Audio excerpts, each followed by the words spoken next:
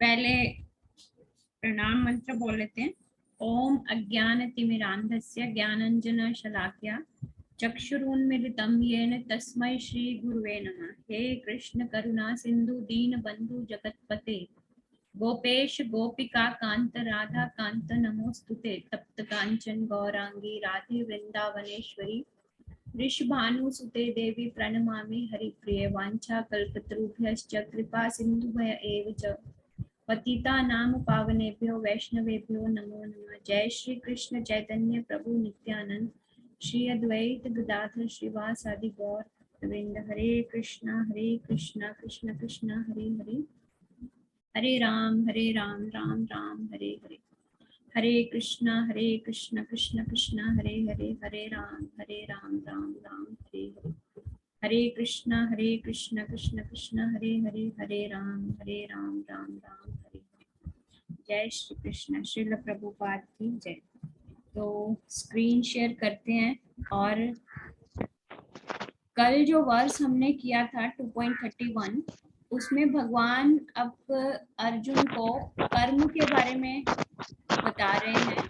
और भगवान ने उसको बताया था कि जो एक इंसान की ड्यूटीज होती हैं, स्वधर्म ड्यूटीज होती हैं, वो दो तरह की होती हैं। One on the level of body and other on the level of soul.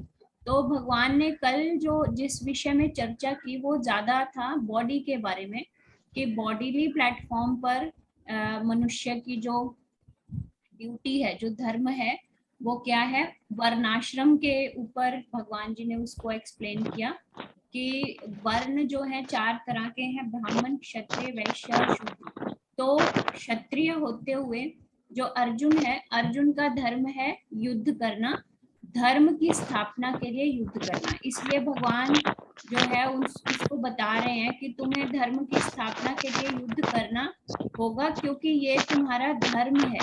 क्योंकि तुम जो है क्षत्रिय रूप में हो, तो इसलिए तुम्हारा धर्म है कि तुम दलितों और कुचले हुए लोगों की अत्याचारियों से रक्षा करो और धर्म की स्थापना करो। तो यहाँ पर अगर आप ध्यान देंगे तो भगवान ने इतना बताया कि सोल के लेवल पर भी हमारी ड्यूटीज हैं, लेकिन जो एक्सप्लेनेशन है प्रभुपाद ने वो हमें बॉडीली लेवल पर ज्यादा दी है।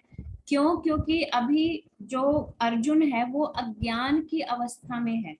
एक्चुअली हमें पता है कि अर्जुन जो है वो तो एक महाज्ञानी है। तो भगवान ने हम जैसे अज्ञानियों के दिमाग के पर्दे खोलने के लिए और माया के आवरणों को हटाने के लिए अर्जुन की बुद्धि को माया से ढक दिया। और अब भगवान स्टेप बाय स्टेप उसको ज्ञान दे रहे हैं। ये नहीं कि भगवान ने सीधा ही उसको आत्मा के विषय में पहले बताया और उसके बाद भगवान ने सीधा ही कहा कि अब मैं तुम्हें मुक्ति का ही मार्ग बताऊंगा। नहीं, भगवान ने उसे बताया कि तुम्हारा बॉडी में होते हुए क्षत्रिय परिवार में तुम्हारा जन्म हुआ है, तो इसलिए तुम्हारे किस तरह के कर्म होने चाहिए ये भगवान ने बताया। क्योंकि जो अभी हम सेक्शन पढ़ रहे हैं वो एक्चुअली कर्म के ऊपर ही है। और अभी नेक्स्ट श्लोक हम पढ़ेंगे। सबको स्क्रीन शेयर हो रहा है? जी माता जी, हो रहा है। यस। तो अभी ये श्लोक संख्या 32 हम पढ़ते हैं।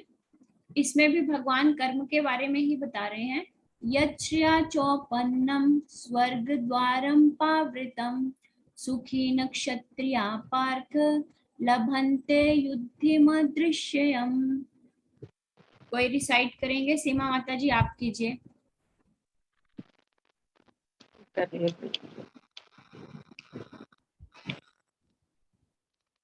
यद्दु यच्छ च उपनयनम स्वर्ग द्वारम अप्रवतम सुखीन क्षत्रिया पार्थ लभ्यन्ते युद्धम ईदृशम। हाँ जी, तो इसकी ट्रांसलेशन है, हे पार्थ, वे क्षत्रिय सुखी हैं जिन्हें ऐसे युद्ध के अवसर अपने आप प्राप्त होते हैं, जिससे उनके लिए स्वर्ग के द्वार खुल जाते हैं। तो जो ये फर्स्ट वर्ड है यद श्रेय, यद श्रेय मतलब अपने आप, ऑटोमेटिकली, जिनको इस तरह की अपॉर्चुनिटी मिलती है। किस तरह की अपॉर्चुनिटी मिलती है? युद्ध करने की, युद्ध में दृश्यम, युद्ध करने की अवसर अपने आप ही प्राप्त हो जाता है। वो क्षत्रिय जो हैं उनको क्या प्राप्त होता है? सुख प्राप्त होता है। सुखीन क्षत्रिय, उस क्षत्रिय को सुख प्राप्त होता है। और क्या होता है? चौपन्नम स्वर्ग द्वारम, स्वर्ग का द्वार है जो उसके लिए अपने आप ही खुल जाता है। तो फर्स्ट ऑफ ऑल उसी कल वाले वर्ष को ही कंटिन्यू करते हुए भगवान ने पहले अर्जुन को समझाया कि क्षत्रिय की बॉडी में होते हुए जो तुम्हारी ड्यूटी है वो क्या है कि तुमने जिनकी क्षति हो रही है, जो कि अत्याचारियों के द्वारा दबाए और कुचले जा रहे हैं, उनकी रक्षा करना ही तुम्हारी ड्यूटी है। तो अभी उसी को ही आगे कंटिन्यू करके भगवान बता रहे हैं कि वो क्षत्रिय सुखी होते हैं जिनको इस तरह के युद्ध के अवसर अपने आप ही प्राप्त होते हैं। अर्थात जिन क्षत्रियों को युद्ध के, धर्म युद्ध के, नॉट ओनली युद्ध, या सिर्फ युद्ध धर्म या अधर्म के बेसिस को काउंट किए बिना जो लड़ना है वो वैदिक संस्कृति में, वैदिक स्क्रिप्चर्स में नहीं कहा गया। धर्म की स्थापना के लिए युद्ध करने के अवसर जब प्राप्त होते हैं एक क्षत्रिय को तो वो सुखी होता है। सुखी क्यों होता है? जैसे कल हमने डिस्कस किया था कि भगवान कहते हैं कि चातुर्वर्ण सृष्टम मया सृष्टम, चातुर्वर्ण मया सृष्टम, कि इस सृष्टि में 4 वर्णों की स्थापना मैंने की है। मैंने मतलब भगवान ने की है। तो इसलिए अगर उन्हीं चतुर्वर्ण में जो क्षत्रिय वर्ण का व्यक्ति है अगर वो अपने कर्तव्यों का पालन करेगा तो भगवान उसको ऑटोमेटिकली सुख का अवसर प्रदान करेंगे।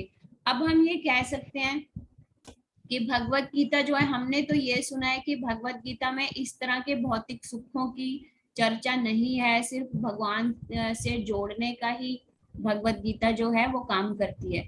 लेकिन अभी जैसे हमने अभी डिस्कस किया कि अर्जुन का जो माइंड सेट है वो किस तरह का है। अर्जुन ने पिछले वर्सेस में भगवान को जो अपने कॉजेस बताए थे युद्ध ना करने के, उसने यही बताए थे कि अगर मेरे भाई बंधु मर जाएंगे तो मुझे सुख की प्राप्ति नहीं होगी। इसलिए भगवान कह रहे हैं कि तुम क्षत्रिय होकर अगर धर्म युद्ध करोगे तो तुम सुखी हो जाओगे, जिसके लिए तुम्हारे स्वर्ग के द्वार खुल जाएंगे। अब स्वर्ग के द्वार जो है वो किसी मनुष्य के लिए 2 तरीके से खुल सकते हैं। पहला है पुण्य करना और दूसरा है अपने वर्ण में रहते हुए अपने ड्यूटीज को परफॉर्म करना। तो उस तरह से क्या है, स्वर्ग के द्वार खुलते हैं। अब जैसे ब्राह्मण के बारे में हमने कल बात की, तो ब्राह्मण के लिए स्वर्ग के द्वार किस तरह से खुलेंगे? एक तो पुण्य करने से और दूसरा अपनी ब्राह्मणिकल ड्यूटीज पूरा करने से। अब ब्राह्मण की ड्यूटीज हमने कल डिस्कस करी थी, पठन पाठन, यजन याजन, दान लेना और विद्या का दान देना। तो अगर ब्राह्मण जो है जितनी विद्या, उसको जितना ज्ञान है उतना ज्ञान अगर बांटेगा तो इट मीन्स वो क्या कर रहा है, वो भी अपनी तरफ से धर्म की स्थापना कर रहा है। क्योंकि अब उसको ज्ञान जो है, ज्ञान को ज्ञान का दान देकर वो लोगों को समझाएगा कि किस तरह से धर्म पर चलते हुए हमें कर्म करना चाहिए। तो इट मीन्स वो भी अपने लेवल पे धर्म की स्थापना कर रहा है, धर्म युद्ध लड़ रहा है। तो अगर इस तरह से वो अपनी ड्यूटीज को ब्राह्मण बॉडी में रहते हुए परफॉर्म करता है तो उसको स्वर्ग की प्राप्ति होगी। उसी तरह क्षत्रिय जो है वो भी अगर पुण्य कर्म करता है एज वेल एज अपनी क्षत्रिय ड्यूटीज को फुलफिल करता है। तो क्षत्रिय की ड्यूटी क्या है? धर्म के लिए युद्ध करना। तो अगर अब भगवान यही कह रहे हैं कि अगर तुम धर्म के लिए युद्ध करते हो तो तुम्हारे लिए स्वर्ग के द्वार अपने आप ही खुल जाएंगे। तो इसी तरह से वर्णाश्रम सिस्टम में जो तीसरा वर्ण है वैश्य वर्ण और शूद्र वर्ण, वो भी अगर पुण्य करते हैं और अपने वर्ण में रहते हुए अपनी ड्यूटीज को सही तरीके से पूरा कर कर धर्म की स्थापना के लिए कंट्रीब्यूट करते हैं तो उनके लिए भी स्वर्ग के द्वार खुलेंगे। इसे ऐसा नहीं है कि सिर्फ क्षत्रिय ही स्वर्ग में जा सकता है, जो भी अपने वर्ण के अनुसार अपनी ड्यूटीज करेगा और पुण्य कमाएगा तो उसके लिए स्वर्ग के द्वार खुले ही खुले हैं। लेकिन यहाँ कोई ये क्वेश्चन कर सकता है कि भगवान स्वर्ग के बारे में बात ही क्यों कर रहे हैं, भगवान को तो मुक्ति के बारे में बात करनी चाहिए, है ना। तो क्योंकि मनुष्य का जो लास्ट डेस्टिनेशन है, जैसे फर्स्ट चैप्टर में हमने कई बार डिस्कस किया था, सेकंड में भी आत्मा के स्वरूप में हमने कई बार डिस्कस किया कि आत्मा का जो लास्ट डेस्टिनेशन है वो है भगवान का धाम। तो इसलिए अब भगवान के धाम जाने की बात क्यों नहीं कर रहे, स्वर्ग जाने की ही बात क्यों कर रहे हैं, स्वर्ग के द्वार खोलने की बात क्यों कर रहे हैं? क्योंकि भगवान कृष्ण को step by step, slowly and gradually जो है वो ज्ञान दे रहे हैं। ठीक है, ऐसा नहीं है कि एक व्यक्ति बिल्कुल ही अज्ञानी है, प्रैक्टिकल लेवल पर भी अगर हम देखें कि एक व्यक्ति बिल्कुल ही अज्ञानी है और हम उसको क्या कहें कि अब तुम पूरे वैदिक स्क्रिप्चर्स खोलो और पूरा उसको पढ़ो और ज्ञान प्राप्त करो और तुम्हें स्वर्ग की प्राप्ति हो जाएगी या तुम मुक्ति के काबिल हो जाओगे, इस तरह से नहीं। हर चीज जो है वो step by step, slowly and gradually, धीरे धीरे स्टेप बाय स्टेप होती है। तो इसीलिए भगवान जो है अर्जुन को अब स्टेप बाय स्टेप बता रहे हैं। पहले अर्जुन को उन्होंने आत्मा के स्वरूप में के बारे में समझाकर ये समझाया कि अगर तुम युद्ध में अपने भाई बंधुओं को मार भी देते हो तो आत्मा जो है वो तो अमर है, मरेगी नहीं, इसलिए कोई लॉस नहीं है। और सेकेंडली भगवान ने बताया कि बॉडी के लेवल पर तुम्हारे क्या कर्म है ना। और एंड में प्रभुपाद ने हमें बताया था कि जब बॉडी के लेवल पर रहते हुए हम बॉडी के लेवल पर अपने कर्तव्यों का पालन करते हैं तो उससे हमारा मन प्रसन्न होता है, और मन प्रसन्न होगा तो मन भगवान की तरफ उन्मुख होगा, भगवान की तरफ हम भगवान के लिए सोचेंगे और जुड़ने की कोशिश करेंगे। तो वो फिर हमारा सेकंड स्टेप होगा, सोल की तरफ हमारी क्या ड्यूटीज हैं। तो इसलिए भगवान भी अब ग्रेजुअली अर्जुन को समझा रहे हैं कि तुम स्वर्ग में जाओगे। और दूसरा कॉज क्या है स्वर्ग का डिस्कस करने का, क्योंकि अगर आपको याद होगा पिछले वर्सेस में चैप्टर 1 में अर्जुन ने ये बोला था कि अगर मैं अपने ही संबंधियों के खिलाफ युद्ध करूंगा और उनको मृत्यु के घाट उतार दूंगा युद्ध में तो मुझे निश्चय ही पाप लगेगा और मैं नरकगामी हूंगा। तो इसलिए भगवान ने स्पेशली स्वर्ग टर्म यूज किया है कि भगवान अब उसको काउंटर आंसरिंग कर रहे हैं, उसके क्वेश्चंस का या उसकी कंफ्यूजन का काउंटरिंग आंसरिंग कर रहे हैं कि ऐसा नहीं है कि अगर तुम युद्ध नहीं लड़ोगे तब तुम्हें स्वर्ग की प्राप्ति होगी, बल्कि इससे बिल्कुल उल्टा है। अगर तुम युद्ध लड़ोगे और धर्म की स्थापना करोगे, क्योंकि तुम क्षत्रिय बॉडी में हो और क्षत्रिय फर्ज का, कर्तव्य का पालन करोगे तो तुम्हारे लिए स्वर्ग के द्वार खुलेंगे। सेकेंडली स्वर्ग के द्वार की बात करने का एक और पॉइंट है कि अर्जुन जो है वो चाहता है, उसने कहा था कि राज्य की प्राप्ति होने के बाद अगर मेरे भाई बंधु नहीं होंगे तो फिर मैं आनंद की अनुभूति कैसे करूंगा, है ना। और आनंद मतलब सेंस ग्रेटिफिकेशन, अपनी इंद्रियों को तृप्त कैसे करूंगा, आनंद की प्राप्ति कैसे करूंगा।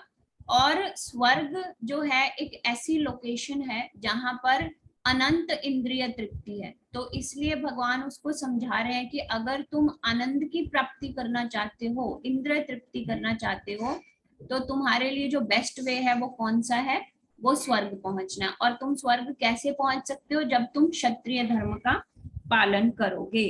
तो अब कोई यहाँ पर ये कह सकता है कि भगवान जो है उसको ऐसे क्यों समझा रहे हैं। दिस इज कॉल्ड कर्म कांड। कर्म कांड एक्चुअली क्या होता है, do your duties although you are also sense gratifying yourself, कि तुम आनंद की अनुभूति भी करने चाहते हो, अपनी इंद्रियों को भी तृप्त करना चाहते हो। तो इंद्रियों को तृप्त जो है वो दो तरीके से किया जा सकता है, एक तो अधर्म पर चलकर, एक धर्म पर चलकर। जिस तरह से दुर्योधन जो है वो अपनी इंद्रियों को तृप्त कर रहा है अधर्म पर चलकर, है ना। और अब भगवान अर्जुन को कह रहे हैं कि अगर तुम युद्ध नहीं करोगे तो वो तुम्हारे बेसिस पर क्या है, वो तुम्हारे बेसिस पर अधर्म है, क्योंकि तुम अपनी ड्यूटी से पीछे हट रहे हो, तो वो तुम्हारे बेसिस पर अधर्म है। तो उस तरह की इंद्रिय तृप्ति करोगे तो तुम नरक के गामी होगे। लेकिन अगर तुम अपने ड्यूटीज को परफॉर्म करते हो और धर्म पर चलते हुए परफॉर्म करते हो और इंद्रिय तृप्ति भी करते हो तो उसको कहा जाता है कर्म कांड। कर्म कांड का सिंपली अगर मीनिंग देखें कि जो व्यक्ति इंद्रिय तृप्ति करना चाहता है उसके लिए कुछ रूल्स एंड रेगुलेशंस बना दिए जाते हैं। जैसे एक सिंपल एग्जांपल लेते हैं हम कि भगवान के साथ जुड़ने का एक जो बिल्कुल एक सीधा तरीका बताया गया है, ब्रह्मचर्य का पालन करना, है ना। मतलब अपने सेक्सुअल डिजायर्स को समाप्त करना या कम करना, उससे भगवान की प्राप्ति हो सकती है, क्योंकि हम ध्यानस्थ जो हैं वो इजीली होते हैं अगर हमारे अंदर सेक्सुअल डिजायर्स कम हैं। तो इसलिए हमें क्या दे दिया गया है, कर्म कांड के हिसाब से हमें विवाह का एक माध्यम दे दिया गया है। विवाह जो है वो रूल्स एंड रेगुलेशंस में रहकर जब हम अपनी सेक्सुअल डिजायर्स को फुलफिल करते हैं और रूल्स के बाहर जाकर अपनी ऐसी डिजायर्स को फुलफिल नहीं करते तो वो क्या है, कर्म कांड है। मतलब हम इंद्रिय तृप्ति भी कर रहे हैं लेकिन धर्म के दायरे में रहते हुए कर रहे हैं, दैट इज कॉल्ड कर्म कांड। तो इसलिए भगवान कह रहे हैं कि भगवान अब इसे कर्म कांड के बारे में बता रहे हैं। कर्म कांड से धीरे धीरे भगवान इसे कर्म योग की तरफ ले जाएंगे। कर्म कांड और कर्म योग में एक्चुअली अंतर क्या है? कर्म कांड जो है वो है धर्म के या रूल्स एंड रेगुलेशंस के दायरे में रहते हुए सेंस ग्रेटिफिकेशन करना, और कर्म योग क्या है, उसी कर्म को करना लेकिन भगवान के प्रति अर्पित करके, वो कर्म योग है। तो जब तक हम कर्म कांड की सीढ़ी पर नहीं चढ़ते तब तक उससे पहले हम डायरेक्टली कर्म योग की तरफ नहीं जा सकते। तो इसलिए भगवान अब उसे अर्जुन को कर्म कांड के विषय में बता रहे हैं कि तुम्हारे लिए स्वर्ग के द्वार खुल जाएंगे जहां पर तुम अनंत इंद्रिय तृप्ति कर सकते हो। तो यहाँ पे एक और है कि भगवान ने जैसे कहा स्वर्ग के द्वार खुले हैं, तो एक बार प्रभुपाद का परपट हम पढ़ते हैं। विश्व के परम गुरु भगवान श्री कृष्ण अर्जुन की इस प्रवृत्ति की भर्त्सना कर रहे हैं। भर्त्सना मतलब कंडेम कर रहे हैं, उसकी बुराई कर रहे हैं, उसकी बात को काट रहे हैं। कौन सी बात को काट रहे हैं? जब वह कहता है कि उसे युद्ध से कोई लाभ दिखाई नहीं दे रहा। आपको याद होगा कि अर्जुन ने ये चीज कही थी कि मुझे तो दूर तक अमंगल ही अमंगल दिखाई दे रहा है, कोई भी शुभ नहीं दिखाई दे रहा अगर हम ये युद्ध करते हैं। तो इसलिए अब भगवान कह रहे हैं कि भगवान उसी की स्टेटमेंट को काउंटर रिएक्ट कर रहे हैं, क्योंकि अर्जुन ने कहा था कि मुझे तो कोई लाभ दिखाई नहीं दे रहा, मुझे केवल और केवल अमंगल ही दिखाई दे रहा है। तो इसलिए यहाँ पर भगवान जो है वो अर्जुन को ये बता रहे हैं कि तुम्हारे लिए किस तरह से विन विन सिचुएशन है। विन विन सिचुएशन मतलब अगर तुम युद्ध करते हो, क्योंकि अर्जुन ने कहा था अगर मैं युद्ध करता हूँ तो नरक का गामी होऊंगा, और अगर युद्ध करने के पश्चात मैं राज्य जीत भी लेता हूँ तो मैं आनंद भोग नहीं कर पाऊंगा। तो इसलिए भगवान उसको समझा रहे हैं कि अगर तुम युद्ध करते हो तो तुम्हारे लिए दोनों तरफ से विन विन सिचुएशन है। अगर तुम युद्ध को हार जाते हो, हारोगे कब? जब युद्ध में तुम मारे जाओगे, है ना, क्योंकि अर्जुन बहुत बड़ा योद्धा क्षत्रिय है। तो इसलिए अगर वो युद्ध करते हुए मारा जाता है तो उसको स्वर्ग की प्राप्ति है ही है, क्योंकि वो धर्म के लिए युद्ध कर रहा है और धर्म युद्ध में उसको जो है वो मृत्यु की प्राप्ति हुई, इसलिए उसके लिए स्वर्ग के द्वार खुले ही खुले हैं। और अगर युद्ध में अर्जुन जीत जाता है तो जीतने के पश्चात उसको फिर अनंत राज्य मिलेगा। इसलिए भगवान उसके उस पॉइंट को काट रहे हैं कि उसको कोई लाभ नहीं दिखाई दे रहा। उस पॉइंट को काटते हुए कह रहे हैं कि अगर तुम युद्ध लड़ते हो, चाहे तुम हारो चाहे तुम जीतो, तुम्हारे लिए दोनों ही तरफ विन विन सिचुएशन है। इसलिए हे अर्जुन, तुम मोह को त्याग दो। मोह मतलब इल्यूजन, जो भी तुम्हारे मन में शंकाएं और संशय हैं उसको त्याग दो और युद्ध के लिए रेडी हो जाओ। तो this was the points, these were the points in this श्लोक. अगर इस श्लोक में हमें कोई डाउट है तो हम डिस्कस करेंगे, अदरवाइज हम नेक्स्ट श्लोक पर चलेंगे. हरे कृष्णा. अगर कोई डाउट है तो क्वेश्चंस हैं तो आप पूछ सकते हैं.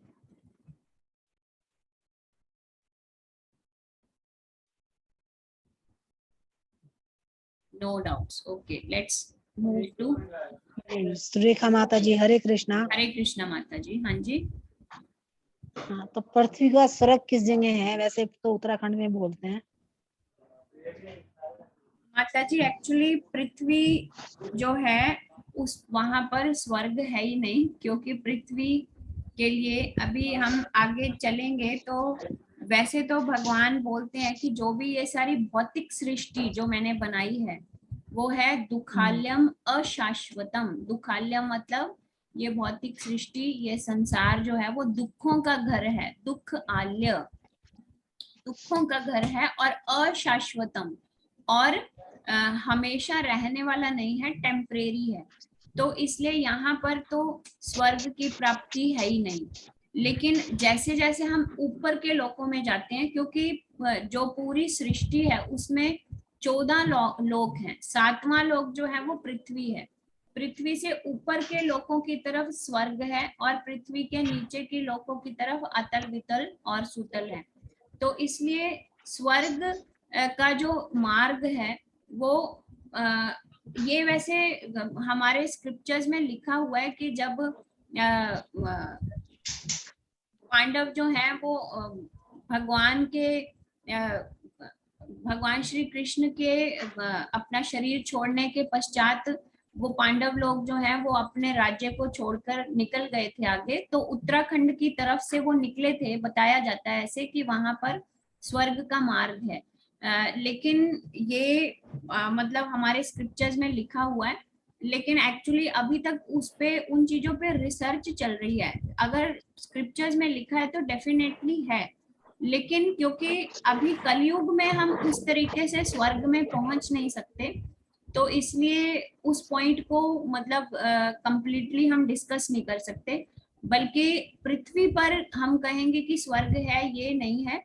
पृथ्वी से होकर एक मार्ग जाता है स्वर्ग की तरफ, जहां से पांडव जो हैं वो स्वर्ग की तरफ, ऊपर की तरफ चले गए थे, और उसके पश्चात वो भगवान के धाम में पहुंचे थे. Any other question or we should move to next? चलिए हम नेक्स्ट श्लोक करते हैं. अथ तत्त्वमिमं धर्म्यस्म संग्रामं न करिष्यसि तत् स्वधर्मं कीर्तिमं च हित्वा पापम वापस्यसि. रश्मि माता जी, आप रिसाइट करेंगे.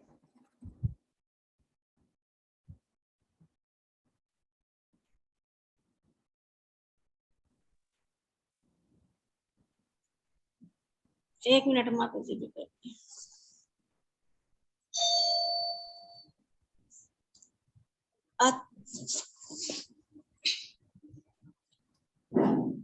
चेतो धर्मस्य संग्राम न करिष्यसि हाँ जी. तत् धर्म कीर्ति च हित्वा मवा पश्यति. हाँ जी. तो इसकी ट्रांसलेशन पढ़ते हैं. किंतु यदि तुम युद्ध करने के लिए स्वधर्म को संपन्न नहीं करते तो तुम्हें निश्चित रूप से अपने कर्तव्य की अपेक्षा करने का पाप लगेगा और तुम योद्धा के रूप में अपना यश खो दोगे. तो अब भगवान अर्जुन की उसी स्टेटमेंट का आगे जवाब देते हुए कह रहे हैं कि अगर तुम स्वधर्म का पालन नहीं करते, क्योंकि फिर से एक बार मैं रिमाइंड करवाऊंगी कि भगवान चौथे चैप्टर में आगे जब हम जाएंगे तो वहां पर कहते हैं वर्णम मया सृष्टम. तो कि इस सृष्टि में चतुर्वर्ण की व्यवस्था मैंने की है. क्षत्रिय, ब्राह्मण, वैश्य, शूद्र जो है गुण और कर्म के हिसाब से मैंने बनाए हैं. तो इसलिए अगर तुम क्षत्रिय के रूप में हो और क्षत्रिय के धर्म का पालन नहीं करते स्वधर्म, जैसे हमने पहले ही चर्चा की है कि कल हमने स्वधर्म के बारे में चर्चा की थी, तो इसलिए क्षत्रिय का स्वधर्म क्या है? धर्म की स्थापना के लिए युद्ध करना। इसलिए भगवान कह रहे हैं कि अगर तुम धर्म की स्थापना के लिए युद्ध नहीं करते, अर्थात अपने स्वधर्म को तुम संपन्न नहीं करते, अपनी ड्यूटी को तुम पूरा नहीं करते, तो क्या होगा? तुम अगर अपनी ड्यूटी को पूरा नहीं करते, निग्लेक्ट कर रहे हो, तो तुम्हें पाप लगेगा। क्योंकि अभी हमने पिछले श्लोक में क्या डिस्कस किया कि स्वर्ग जाने के दो तरीके हैं, एक तो पुण्य कर्म कमाना और एक अपने वर्ण आश्रम के हिसाब से जो हमें ड्यूटीज मिली हैं उनको परफॉर्म करना धर्म की स्थापना के लिए। तो अब अगर अर्जुन युद्ध नहीं करने का निश्चय कर रहा है, तो भगवान कह रहे हैं कि एक तो तुम्हारा पुण्य खत्म होगा, पाप लगेगा तुम्हें, ठीक है, और दूसरा जो है तुम्हारे यश की समाप्ति होगी। क्योंकि जब भी किसी भी ड्यूटी में अगर कोई इंसान होता है और उस ड्यूटी को निग्लेक्ट करता है, तो उसने जितनी भी रिस्पेक्ट कमाई होती है वो सारी रिस्पेक्ट जो है वो खत्म हो जाती है। अगर जनरली हम प्रैक्टिकली सोशल सर्कमस्टेंसेस में भी देखें कि एक मनुष्य है, उसने मतलब कई अच्छे काम करके, कई पुण्य कर्म करके बहुत सारी रिस्पेक्ट जो है सोसाइटी में अपने लिए कमाई, बहुत इज्जतदार इंसान है, लेकिन अगर वो एक भी ड्यूटी को निग्लेक्ट करता है, एक भी ड्यूटी को निग्लेक्ट करता है, तो जनरली क्या होता है, लोग जो है उसके पिछले पूरे अच्छे कर्मों को भूल जाते हैं और उसके सिर्फ एक ही बुरे कर्म की चर्चा जो है वो होती है। तो इसलिए उसका यश खत्म हो जाता है और उसको अपयश की प्राप्ति होती है। तो यहाँ पर जैसे इसको सिंपल समझे, अगर एक डॉक्टर है, डॉक्टर का काम क्या है कि अगर किसी मरीज की सर्जरी करनी है उसको, तो उसको ये नहीं सोचना कि अरे नहीं नहीं, अब इसके अगर पेट में मैं चाकू या कैंची जो भी होते हैं उनके इंस्ट्रूमेंट्स वो लगा के इसके पेट को काटूंगा तो मेरे को तो पाप लगेगा क्योंकि मैं इसको दर्द दे रहा हूँ। और ऐसा सोच के डॉक्टर जो है वो अपनी ड्यूटी नहीं करे। सपोज उसने बहुत सारे ऐसे ऑपरेशंस किए हैं, हार्ट स्पेशलिस्ट है मान लीजिए, कई लोगों के हार्ट्स की उसने ओपन सर्जरी करी है ना, और बहुत रिस्पेक्ट कमाई है उसने। लेकिन एक बार क्या हुआ कि वो बिविल्डर हो गया, परप्लेक्स्ड हो गया, कंफ्यूज हो गया, उसके माइंड में ये आ गया कि अब अगर इसके हार्ट पे मैं लगा के उसको ओपन करूंगा, है ना, और इसको दर्द की महसूस होगा, या मान लो कि हार्ट सर्जरी करते हुए वो पेशेंट मर जाएगा, तो मुझे तो पाप लगेगा। तो इसलिए अब डॉक्टर जो है वो मान लीजिए ऑपरेशन नहीं कर रहा, और जो पेशेंट है वो इतनी क्रिटिकल सिचुएशन में है कि इंस्टेंटली अगर उसका ऑपरेशन नहीं किया गया तो वो मर जाएगा। तो इसलिए अब इस कंफ्यूजन में जो डॉक्टर है उसका ऑपरेशन नहीं करता और पेशेंट जो है वो मर जाता है। तो क्या हुआ, एक ही पेशेंट उसके पूरे लाइफ टाइम में मरा, लेकिन ये न्यूज जो है इतनी बुरी तरह से स्प्रेड हो जाएगी और उसका पूरा जो उसने पहले से यश कमा रखा है वो पूरे का पूरा यश जो है वो समाप्त हो जाएगा। ये प्रैक्टिकल एग्जांपल मैंने इसलिए दिया क्योंकि हम इस सोसाइटी में रहते हैं और हमें पता है कि ह्यूमन टेंडेंसी क्या है। ह्यूमन टेंडेंसी यही है कि किसी की भी एक गलती को पकड़ लो और उसकी एक गलती को पकड़कर उस एक गलती की न्यूज को इतना स्प्रेड करो कि उसके बाकी सारे अच्छे कर्म जो हैं वो बिल्कुल हम निग्लेक्ट कर दें। तो इसलिए भगवान इसको अर्जुन को यहाँ यही समझा रहे हैं कि एक तो तुम, क्योंकि अब डॉक्टर जो है वो क्या सोच रहा था कि अगर मैं इसका हार्ट सर्जरी करता हूँ और बाय चांस ये मर जाता है ना, क्योंकि ऑपरेशन बहुत ज्यादा क्रिटिकल है, तो मुझे पाप लगेगा। ये वही अर्जुन वाली सिचुएशन होगी ना कि अगर मैं युद्ध करता हूँ और मैं अपने संबंधियों को मारता हूँ तो मुझे पाप लगेगा। लेकिन एक्चुअली डॉक्टर क्या कर रहा है, अपने धर्म से पीछे हट रहा है, अपनी ड्यूटी से पीछे हट रहा है। तो ड्यूटी से पीछे हटा तो क्या हुआ उसको, क्योंकि उसने अपनी ड्यूटी फुलफिल नहीं की, तो फिर उसको पाप की प्राप्ति तो होगी ही होगी, एज वेल एज उसका यश भी खत्म हो जाएगा। और प्रभुपाद अर्जुन के विषय में इस परपट में बता रहे हैं कि अर्जुन एक महान योद्धा था। ऐसा नहीं कि बस ठीक है उसको आर्चरी में एक दो कुछ सर्टिफिकेट्स मिले हैं और हम उसको योद्धा कह रहे हैं। जैसे आजकल है स्पोर्ट्स पर्सन जो है सामने एक लगा हुआ है बोर्ड, उस पे तीर मार देते हैं और उनको क्या क्या मेडल्स मिल जाते हैं कि ये एक ग्रेट आर्चर है ना। ऐसा नहीं है, अर्जुन जो है एक ऐसा योद्धा था जिसने देवताओं तक को हराया हुआ था, इवन उसने शिवजी को भी हराया हुआ था, और शिवजी ने प्रसन्न होकर उसे पशुपात्य अस्त्र भी दिया था। तो वही पॉइंट जो है वहां यहाँ पर श्रील प्रभुपाद जो है वो डिस्कस कर रहे हैं कि शिकारी के वेश में अर्जुन से युद्ध करने के लिए एक बार शिव भगवान आए और अर्जुन ने उन्हें हरा दिया, और इससे क्या हुआ, भगवान प्रसन्न हो गए और भगवान ने उसे पशुपात्य अस्त्र दे दिया, है ना। और इसी तरह से अर्जुन जो है वो द्रोणाचार्य का भी प्रिय शिष्य था, और द्रोणाचार्य ने भी उसको एक ऐसा अस्त्र दिया हुआ था जिससे वो अपने ही गुरु को मृत्यु के घाट उतार सकता है, गुरु का वध कर सकता है। क्योंकि द्रोणाचार्य भी कोई आम इंसान नहीं थे, उनको भी पता था कि धर्म युद्ध में मेरा और अर्जुन का सामना होगा, और इसलिए अर्जुन क्योंकि कैपेबल था, योग्य था, तो उन्होंने अर्जुन को ऑलरेडी विद्या जो है वो सारी विद्याएं जो हैं वो दी हुई थी। तो इसलिए अर्जुन कोई आम इंसान नहीं है, अर्जुन ने बहुत सारे यश की प्राप्ति की है अलग अलग युद्धों में लड़कर। अर्जुन कभी कोई युद्ध हारा नहीं था।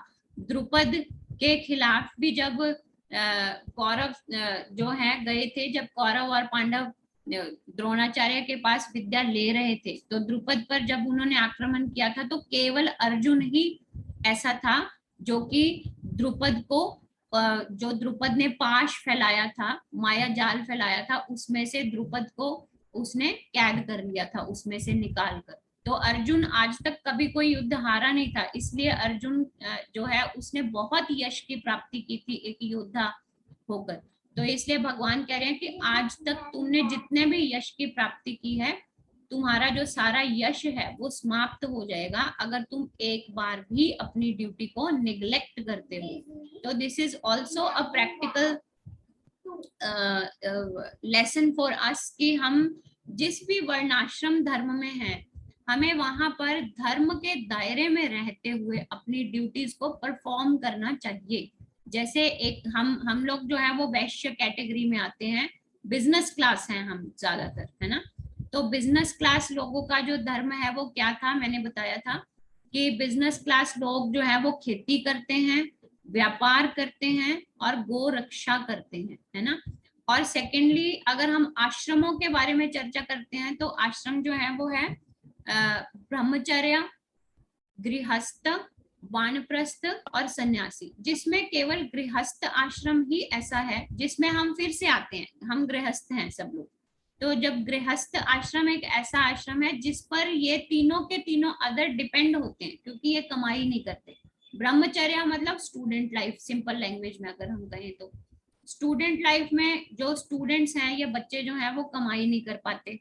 वानप्रस्थ मतलब रिटायरमेंट एज, अब एक इंसान जो है वो पूरा अपना लाइफ टाइम में मेहनत करके अब रिटायर हो चुका है। एंड संन्यास आश्रम लास्ट आश्रम है जब इंसान जो है वो अपनी पूरी ड्यूटीज को फुलफिल करके फिर भगवान के साथ जुड़ने के लिए चला जाता है, मतलब उसका फिर गृहस्थी से कोई लेना देना नहीं रहता। तो अब ये तीनों के तीनों जो हैं उसमें कोई कमाई का साधन नहीं है, इसलिए this is the duty of a गृहस्थ कि गृहस्थ जो है वो मैक्सिमम दान करे ताकि ये तीनों के तीनों जो आश्रम है वो अच्छे से चल सके। तो इसलिए ये एक गृहस्थ होने के नाते as well as business class होने के नाते हम लोगों की ड्यूटी बनती है कि हम सोसाइटी में मैक्सिमम दान करें। लेकिन दान भी किस तरह का करना है, हमने गॉड सेंटर्ड, कृष्णा सेंटर्ड, वो आगे चैप्टर्स आएंगे, अभी हम जैसे जैसे आगे बढ़ेंगे भगवान बताएंगे कि दान भी 3 तरह के होते हैं और किस तरीके से हमें दान करना चाहिए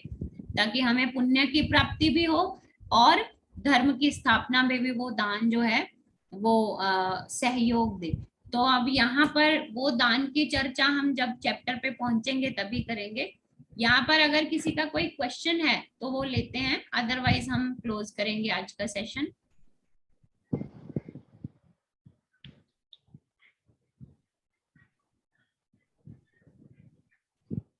नो क्वेश्चंस, तो हम महामंत्र बोल के एंड करते हैं। हरे कृष्णा कृष्ण कृष्ण हरे हरे, हरे Ram Ram Ram Hare Hare. We will meet tomorrow at 4 p.m. Till then, Hare Krishna. Take care. Hare Krishna. Hare Krishna.